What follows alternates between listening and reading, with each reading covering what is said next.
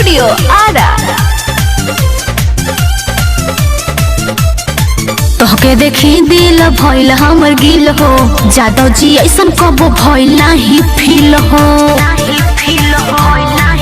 हाँ तोके देखी दिल भइल हमर गिल हो, जादव जी ऐसन कबो भइल नाही फील हो।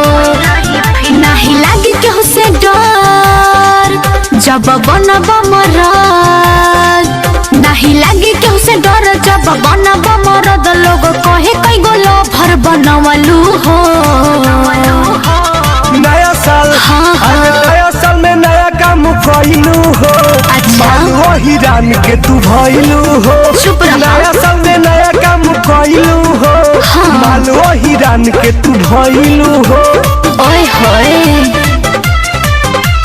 माल वही रान के तू भइलू हो।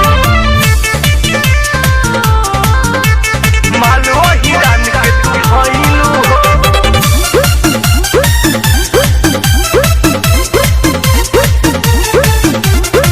पहिर के देखी खुश रहेलू। अच्छा। देलू ग्रीटिंग कार्ड रे। हवन कोरा में आके समझा नहीं लगी तोरा जाड़ रे। चला नया साल में कहीं घूम आवे के।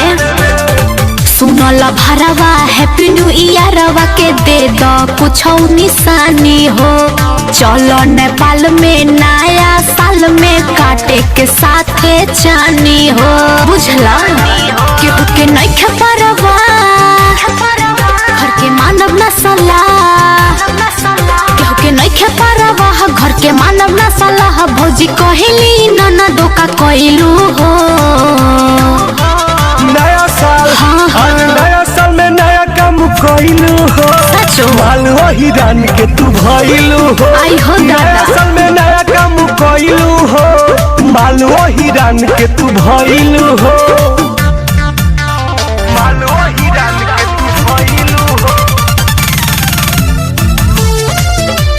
माल वही रान के तू भइलू हो।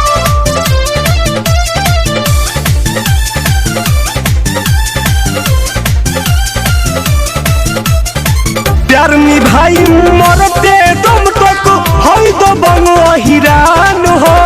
हमरा पता बा। कभी छोड़ी न कभी तोके टुनटुनवा जान हो। हम सब बुझतानी अगनिया लोक मिथुन तोहरे खातिर लगवले बानी हम उठलाली हो। पहिला प्यार के पहिला तोहफा आके आदि तो चाटो हाली हो। ए बाबू सुना हमरा बाटे पसंद जादव जी के लइकन।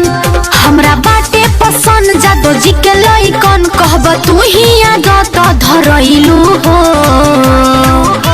नया साल आज नया साल में नया काम कइलू हो। माल वही रान के तू भइलू हो। नया साल में नया काम कइलू हो। माल वही रान के तू भइलू हो।